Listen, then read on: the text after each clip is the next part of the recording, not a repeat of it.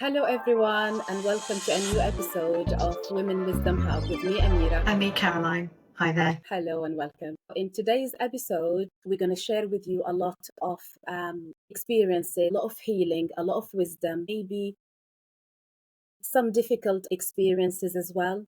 Part of that, some trauma, some abuse there. But with all of this, it's actually seeing how we transition from surviving all of these painful experiences and moving to thriving. So today's episode, we want you to all stick around, watch it to the end. It's all about how we move ourselves from surviving to thriving. And we have the lovely Emma Cannop with us here today, who is happy to share with us some of her own experiences, wisdom, and the lovely work she's doing as well at the moment. So do please stick around and watch the full episode. Hello, Emma. Hello, thank you for having me. Thank you for coming, Emma. So, Emma, I don't even know where to start. So, you're a therapist. Yes, You're a survivor yes, of trauma, of abuse as well, at the same time, not just the mental and emotional side of things. You're also a survivor of physical yes, sexual injury. abuse. But on top of all of that, you've actually launched a wide mental health and well-being campaign called Therapy Power.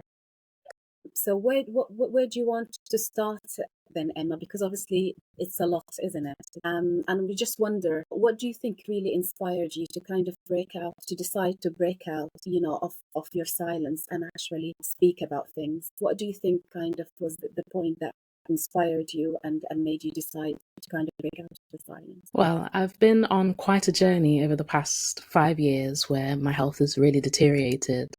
And it was particularly about 2 years ago when the doctors were suspecting that I had motor neurons disease. And I had my health decline in terms of weakness, chronic pain, neurological symptoms, all of which got me to the point where I was basically bedridden. When I reached that stage and then I had this query of motor neurons. Obviously, I thought my life was going to end at that point, and I didn't know how much longer I would have left. So it was at that point when I started to reflect on what legacy can I leave here on this earth, and what can I do to make a difference. And so I started reflecting from then, really. And it sounds a little bit unbelievable, but I actually had a vision one day last year.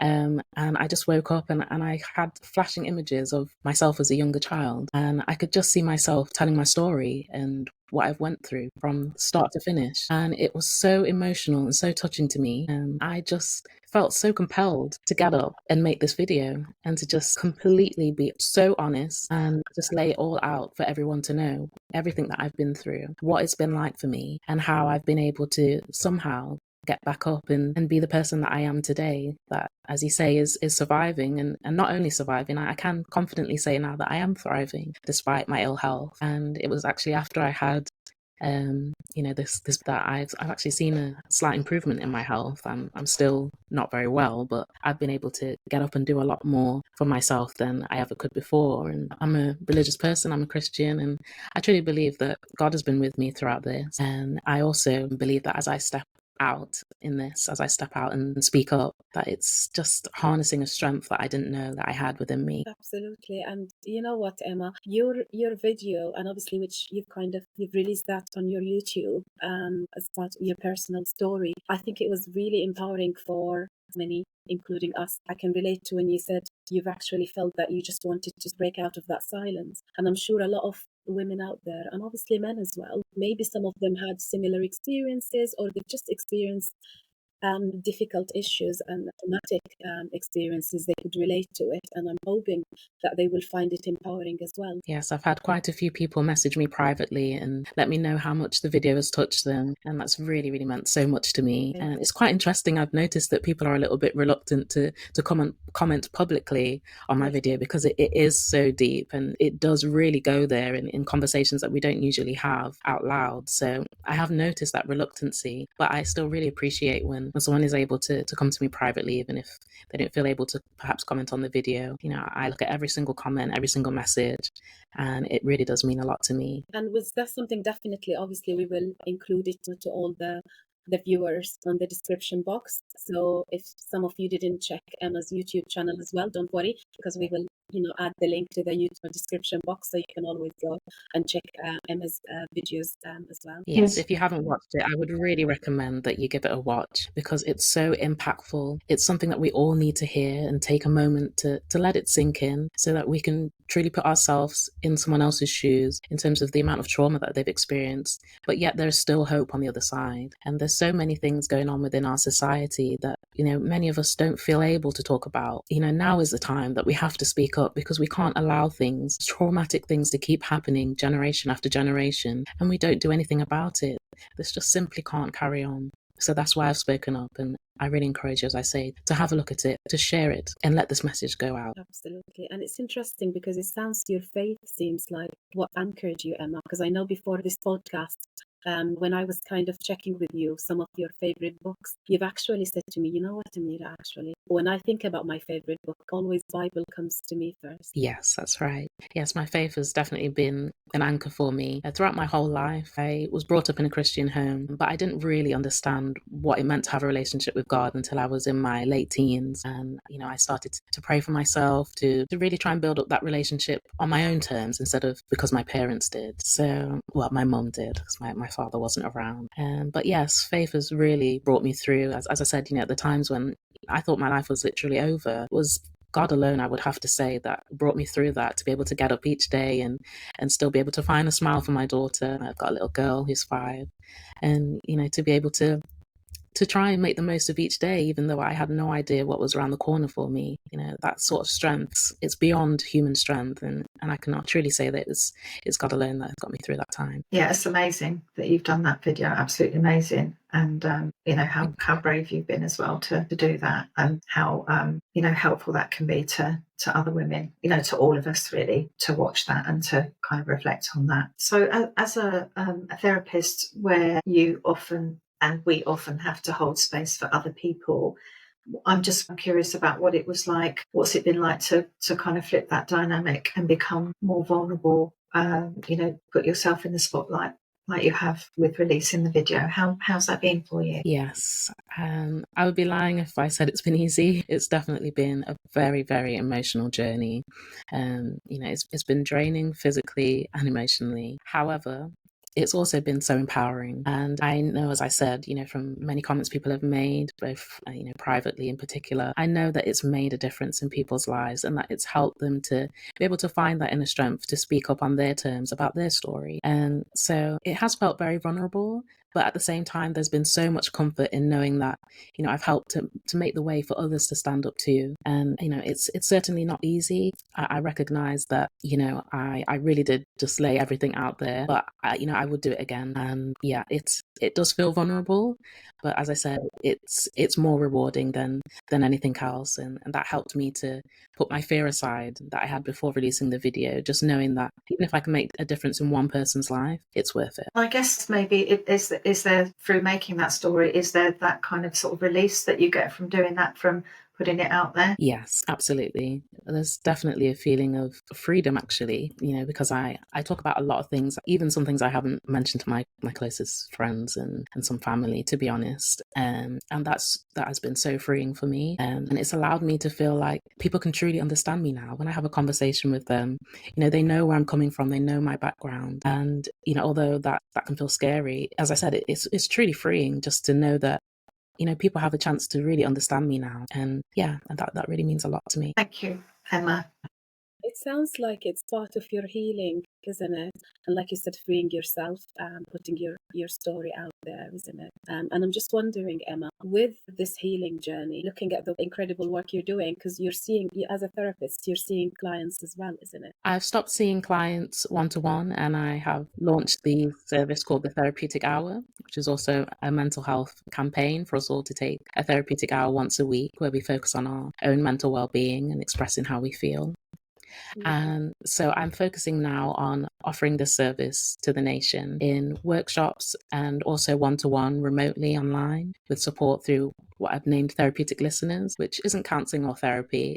It's almost like a pre-therapy where we support you on a weekly basis, discreet and direct to your email, and just offer you that safe space to truly let out every and anything that is bothering you, that is weighing you down. And we don't just listen, we give you support, we give some advice, and it's quite a relaxed service. We want it to feel like we're that companion that you can have to truly talk about anything, and to know that you'll be heard, you'll be encouraged, and we'll be there for you for as long as you need us. Lovely. That sounds really helpful, and I think it sounds really encouraging for a lot of people. They might not feel yet ready to break out of that silence, but maybe this is like a safe space for them, isn't it? So Absolutely. What do people expect to find once they actually access your service and access the therapeutic hour? Emma, do you want to tell them a little bit about what they will be sort of expecting to? Yes, absolutely. So the therapeutic hour, we've broke it down into 3 simple steps, which is recognize, release, and reflect. So we help you to recognize what emotions you have, to tune in with them, and to find a healthy way to release them. And we've got a little bit of a focus on finding a creative way to release them. So you don't have to be artsy, but it can be helpful, and it's been proven that doing something creative can really boost your mental health. So we encourage people to draw, to try painting, or even simple arts and crafts, anything that suits you and helps you to be able to release what you're feeling inside without necessarily needing to talk. Because I've often found that clients don't always have the words to say how they're feeling, and I don't even always have the words to say how I'm feeling. So it's been really useful for me, particularly as I got ill.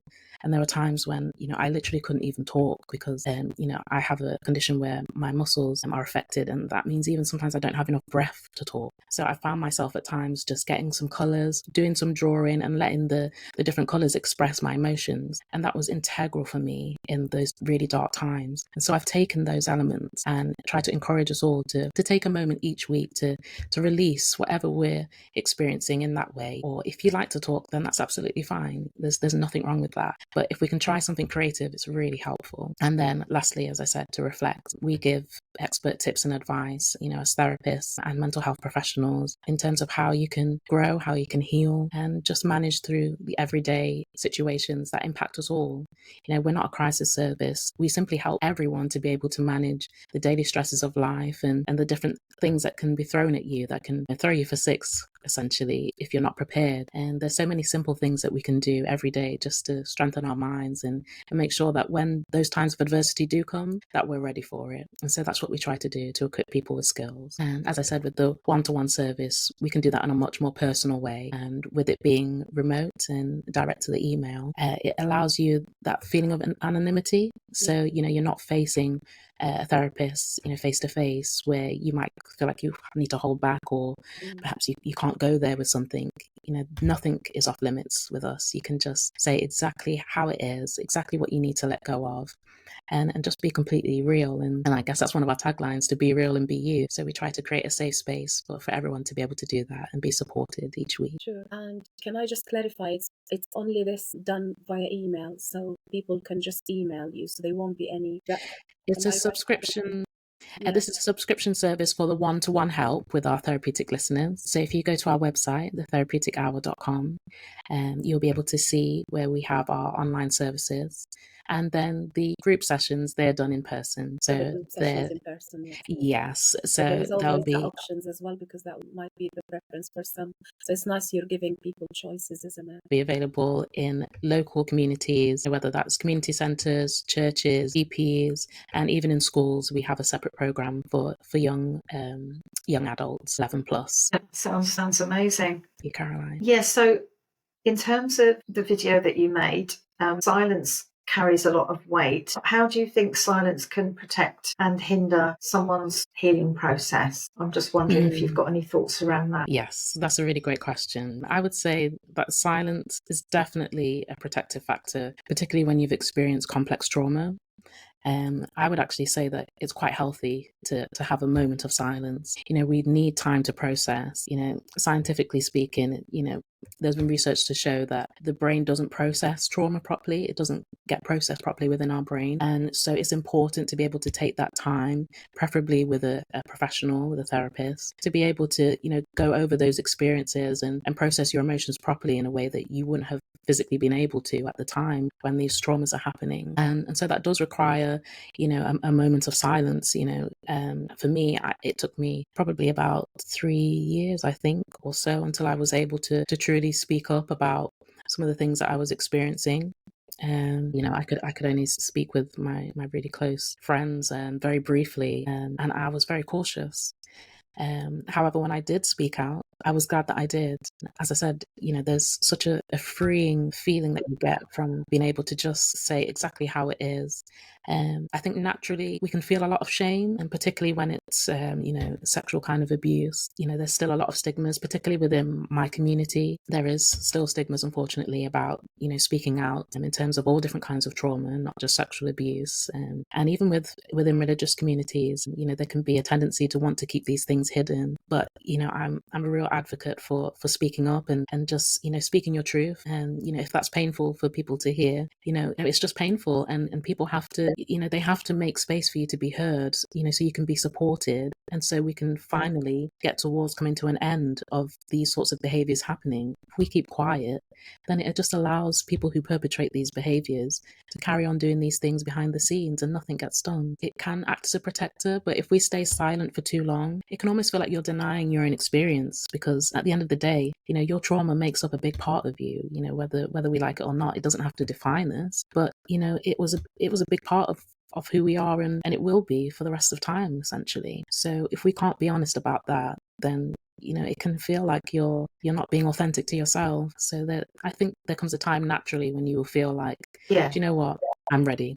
I'm going to speak up. That's really helpful, Emma, for people listening. Thank you for that. And like you're saying, it's got to be very individual to the person, hasn't it, that's experienced the trauma, about how long they might want to stay silent for, taking into consideration sort of cultural, factors and religious beliefs, and, just feeling that you want to protect yourself. But then there also comes that time when, naturally, like you're saying, when it feels like it is the right time. And again, you doing that video, which is amazing, is really, I'm sure, going to help a lot of women out there who may be experiencing trauma of some sort to, consider whether they want to talk about their own trauma as well. Especially young girls, because a lot of young girls, they feel really disempowered sometimes, and sometimes even they don't understand what's going on. So yes. And I'd also that, particularly in terms of online childhood sexual abuse, which is what I experienced a lot of, this is something that people have only just started talking about. I was really surprised to hear it in the news quite recently,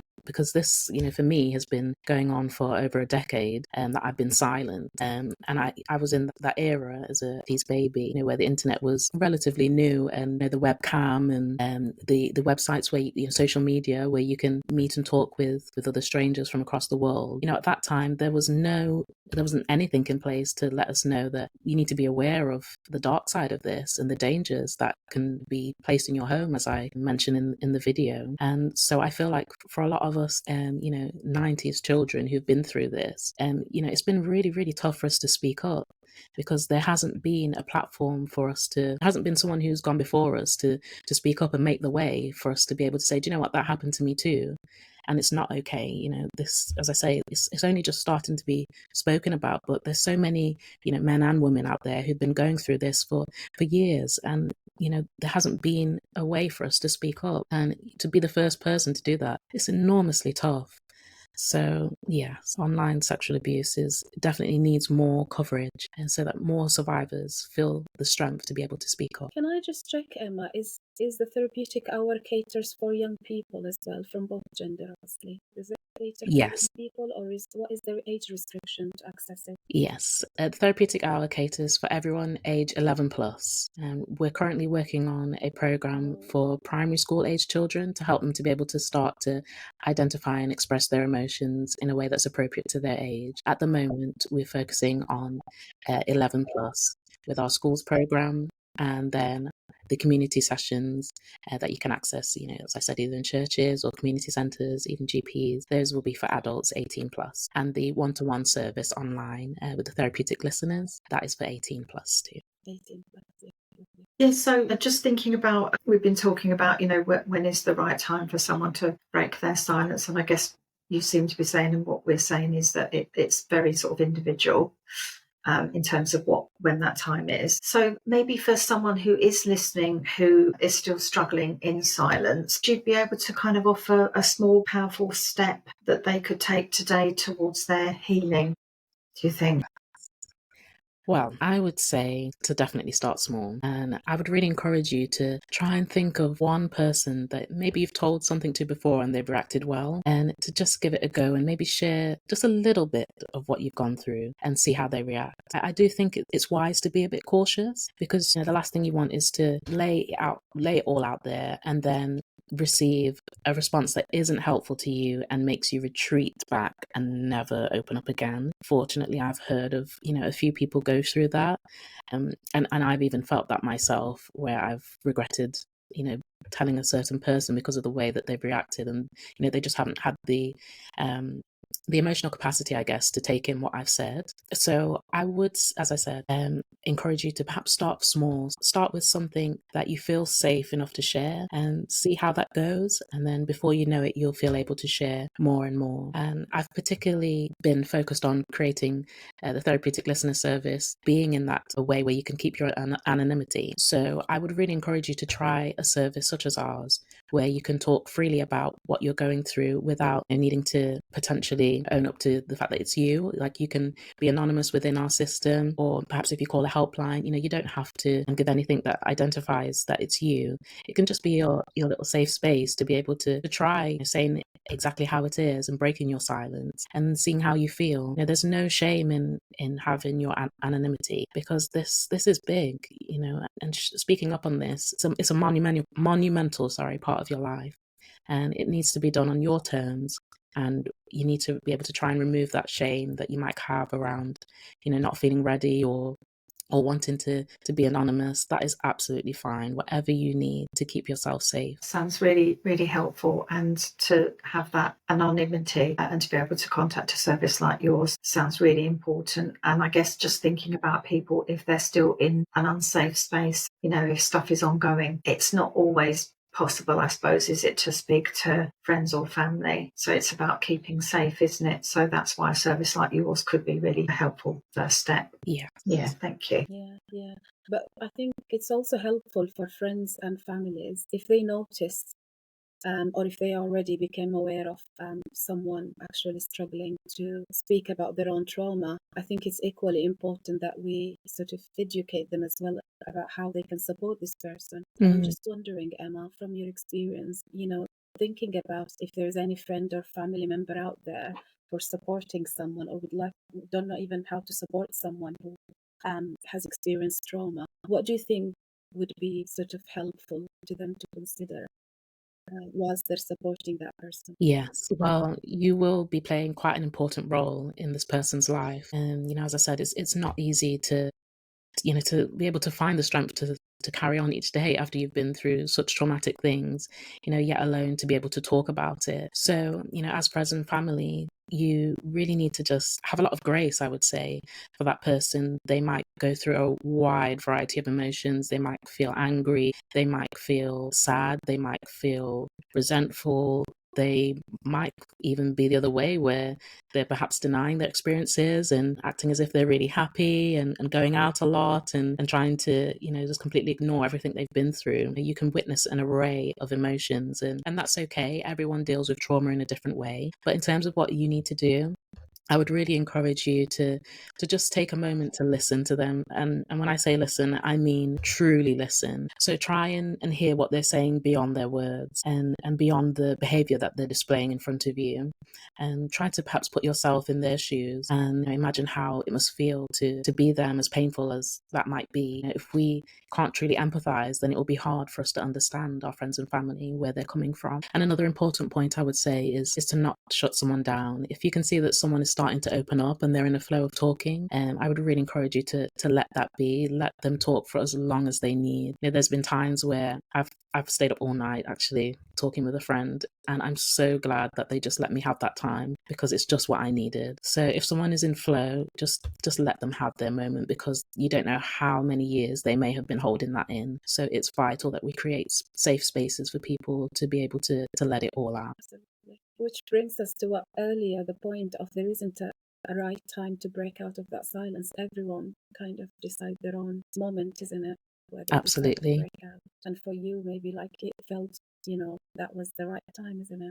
If you could give your younger self a piece of advice about healing, what would it be? That's a great question. Wow, there's so much I would tell my younger self. I think it's important to say that, when you're a survivor of abuse, particularly sexual abuse, the image that you have of yourself and the way in which you kind of rationale who you are as a person, it has been really deeply damaged, and it can leave you with such low self-worth, low self-esteem. And that's something that I suffered with for quite some time. Admittedly, I think I still suffer with that at times. And so I would really want to tell my younger self that that person that you thought you were because of what someone made you feel, or maybe what someone said about you, that's not true. I would let younger me know that I am a person of worth, that I am strong, I am capable, and that my life has worth. It has worth more than what I've been told it has worth of. And yes, I would really encourage myself to give myself a break, essentially, and allow myself time to heal and to not feel okay, and that's fine. But also to not wallow in that for too long, because I think I took quite a few years of just feeling as if, this is it for me. I'm a survivor, I'm broken, and I'll never get fixed. And I really wish that I had more support to pull me out of that headspace and to let me know that no, there is life beyond surviving, and I absolutely can go on to achieve great things despite what I've been through. Well, Yeah. you're living your legacy for that, Emma, because the therapeutic hour, that's actually shows that you're living, to kind of support other people, and you are thriving. So that's definitely, I think there isn't any more empowerment, than this to other people. So thank you, Emma. Thank you for, kind of, being with us today, and thank you for sharing your story with everyone, and for continuing to also help those who are going or gone through difficult times in their lives as well. And for all the viewers, watch the space, because we will be collaborating as well with Emma as part of the therapeutic hour as well. So, we are kind of working on some collaboration between us. Hopefully, we will put the link for Emma's YouTube channel for you, where you will be able to see some of this collaboration. So thank Absolutely. you. Thank you so much for having me. And I would also like to add, the Therapeutic Hour is a really large project, and I've just recently launched a Just Giving campaign for £8 million to be able to open a wellness and lifestyle centre here in my town of Stoke-on-Trent, where we'll be giving out free therapy to survivors, and we'll also be offering live events and sensory rooms and all different kinds of experiences from a holistic point of view that will help all of our mental health. And so this is a really big project, and we've got the land. The land costs 3.5 million. So we've got our eyes set on a particular land, and I have an architect that I'm working with, and we've estimated that the building will cost approximately 4.5 million to make. So that's why the campaign is for 8 million. So it's ambitious, I know, but I've had the vision and I'm determined to see it through. So if your heart aligns with mine and you would like to help, then please, it doesn't matter how small an amount of help that you would like to give, it will make a difference. And whether I have to campaign for the next 20 years or the next few days, depending on how generous people are and how people's hearts relate to me, it doesn't matter. I'm here to see this through to the end, and I'm really determined to make a change for our generation and for the next, because we cannot continue in the way that we've been. These things cannot keep happening year after year, decade after decade. We have to put a stop to it and support one another in a different way. And so we'll be doing things differently in our building. Thank you. It's been really wonderful sort of listening to you and your story, and just amazing work that you're doing. And it sounds really exciting as well. Yes, we're looking forward for the collaboration, Emma. Thank you so much for having me, and thank you for listening as well, listeners. Thank you. Well, thank you everyone, and we look forward to see you in a new episode.